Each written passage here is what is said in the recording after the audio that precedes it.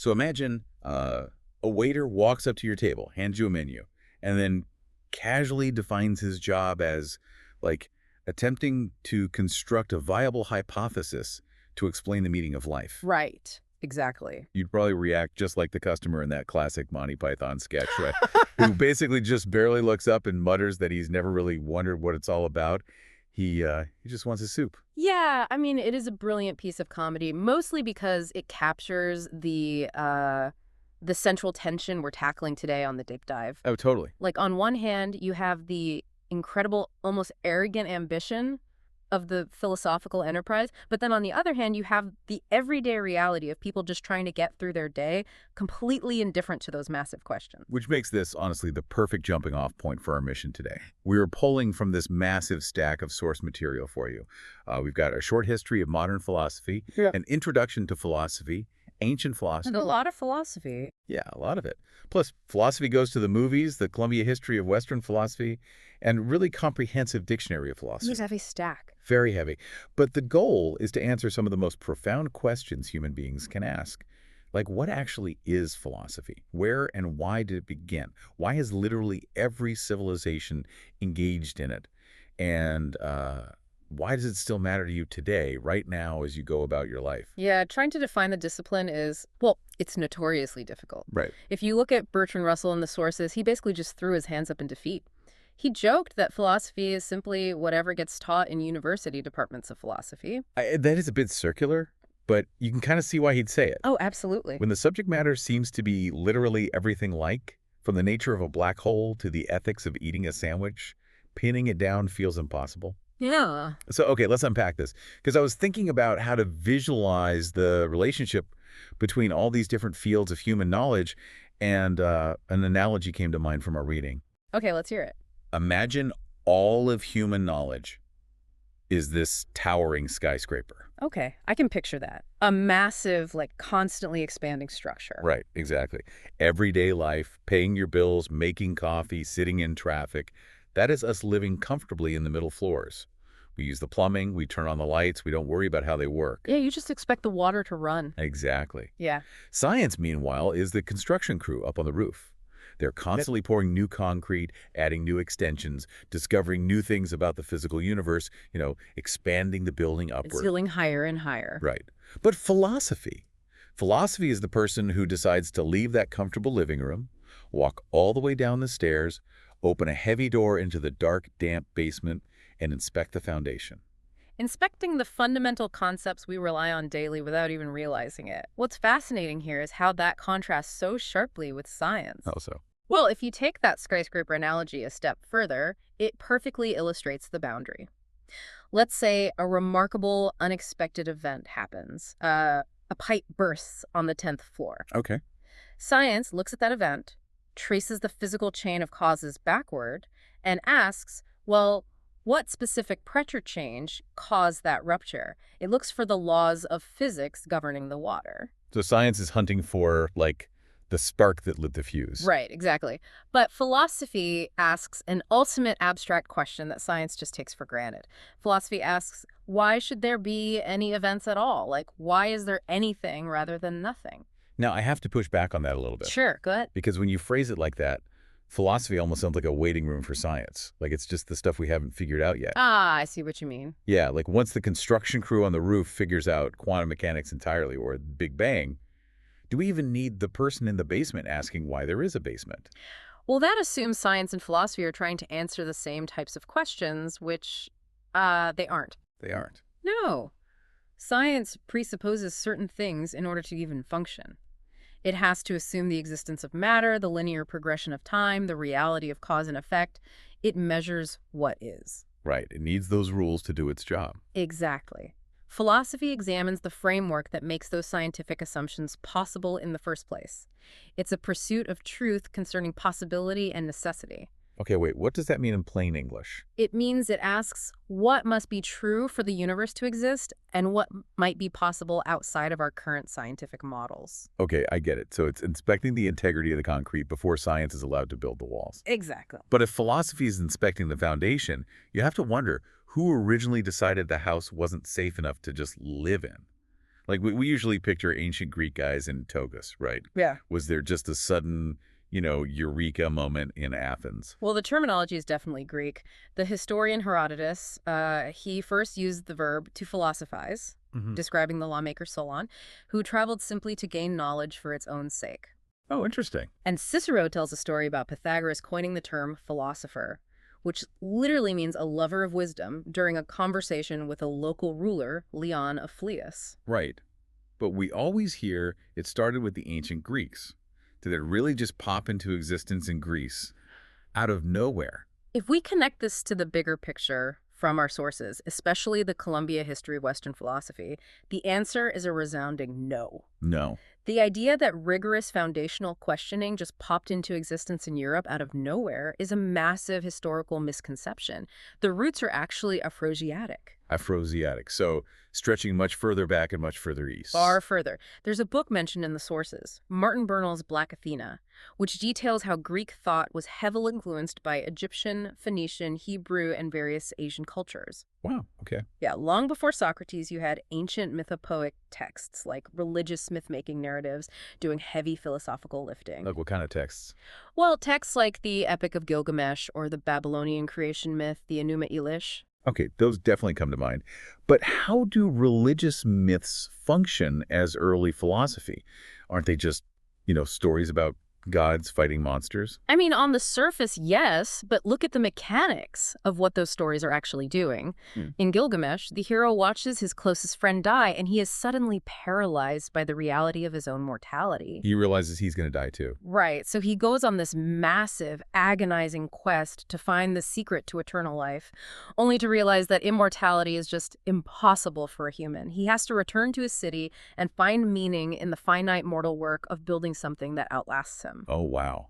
He's wrestling with the human condition. Exactly. He isn't just asking a god to save him. Yeah. He's confronting the existential dread of death and trying to figure out how to live a meaningful life in the face of it. Yes. And in the Enuma Elish, you see a narrative about imposing rational order onto chaotic, primordial elements. These weren't just campfire tales. Right. They were profound attempts to fuse science, religion, and philosophy to explain the origins of the cosmos and humanity's place in it.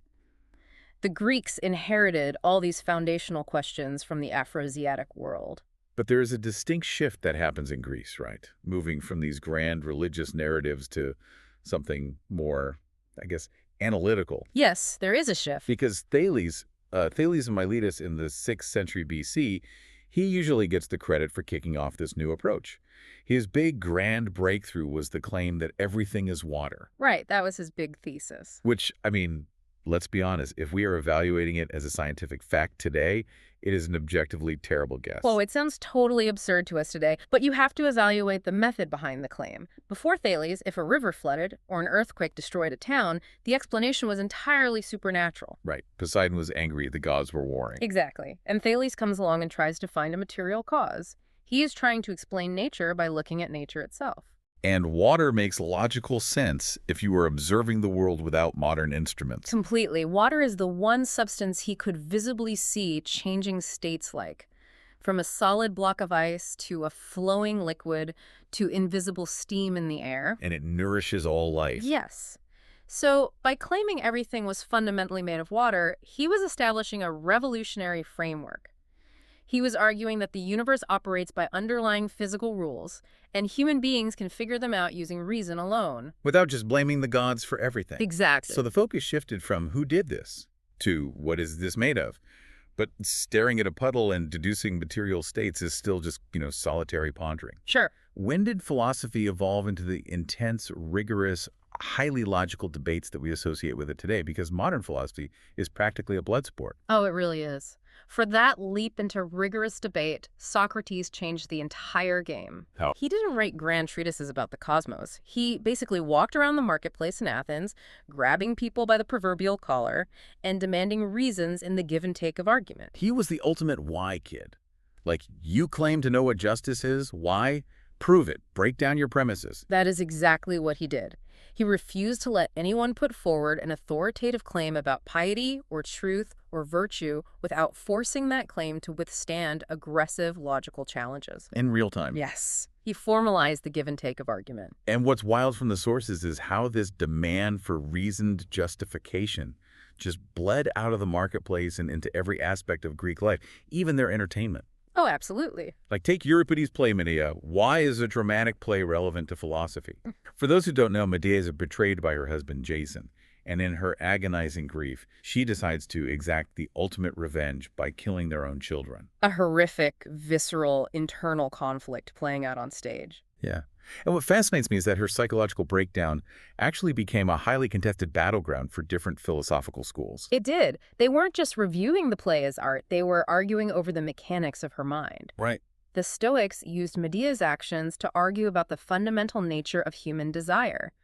A Stoic believes that the soul doesn't have distinct, warring parts. Right. To them, the ideal state is apatheia, a freedom from passion achieved purely through reason.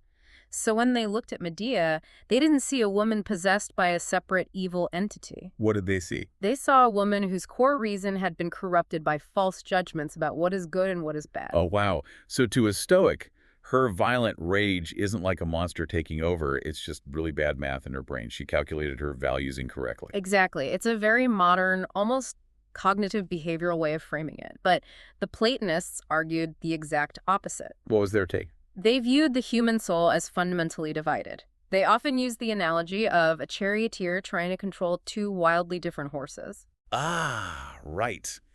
The charioteer is reason, and the horses are our chaotic appetites and passion. Yes, so a Platonist watched Medea and saw a literal internal war. Her higher reason failed to restrain her lower, chaotic desires. The chariot crashed. Wow. This debate wasn't academic trivia.